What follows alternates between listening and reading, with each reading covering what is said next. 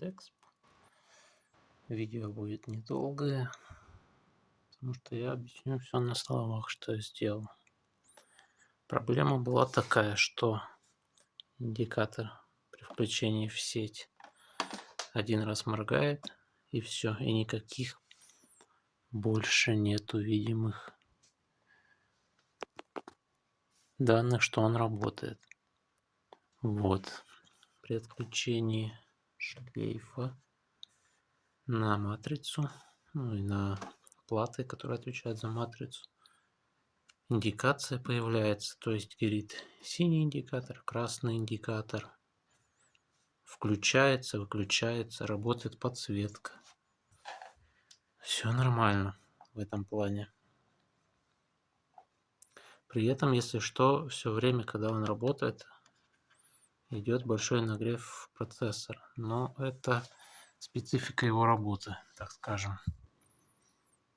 И вот там он на плате.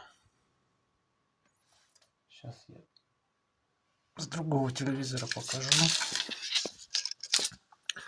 Там на плате идут свои процессоры. Здесь немножко другой телевизор. Здесь процессор был вынесен на отдельную плату. И это чисто две линии матрицы. Здесь вот так вот было. Отдельная плата, отвечающая за обработку, и отдельная вот матрица. На данном же телевизоре все у нас идет вместе. Просто на тонких платах установлены процессоры. В общем, суть следующая, что объясню вот это. Вот идет входной шлейф. У него тоже. Это два выходных. Но там просто входной и перемычка между двумя платами. Вот. Стоит процессор. Там поближе немножко, но не суть. Идут у нас конденсаторы. И если один из этих конденсаторов выпадает, то уходит в защиту телевизор и не подает никаких признаков жизни. То есть, если есть возможность, снимаете и относительно масс проверяйте конденсаторы, все, которые видите. И должен сказать, есть еще один такой нюанс, что может звониться на пробой несколько конденсаторов, так как они, большинство, идут параллельно. Если вы находите какой-то конденсатор, и они стоят вот так вот рядом, то надо по одному их убирать. Ну, либо, если у вас есть спецоборудование, то подавать напряжение в плюс между вот массой, вот там на элементах есть плюс, какое-то напряжение подавать небольшое, на них капать чем-нибудь и смотреть,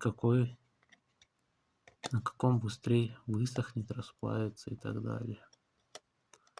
Вот такая вот ситуация. Здесь же мы этот конденсатор нашли,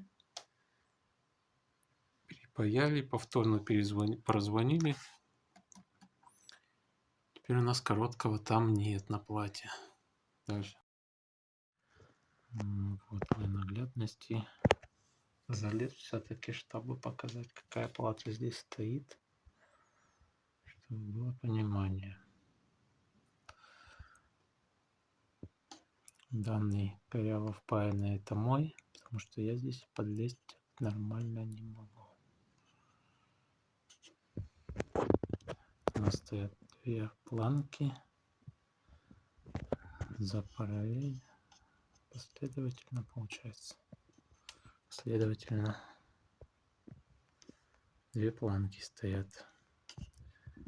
В данном случае есть пробой, виделся вот на этом маленьком, который справа, большой, и вот этот весь ряд вместе с диодом. Но виновником был только один. И я его уже проверил.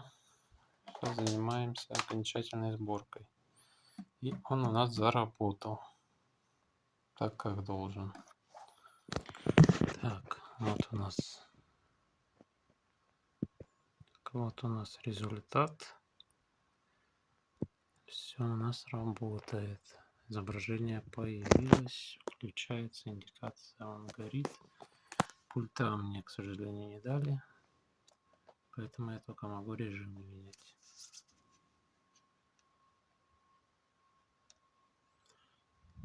И что еще?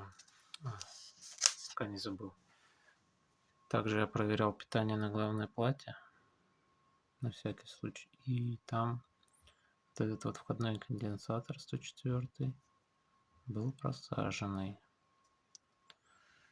Он должен быть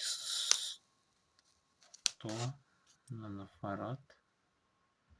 И погрешность у него 10%, то есть до 90.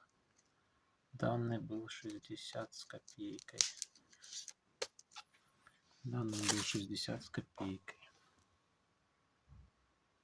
Телевизор работает. Отдаем человеку.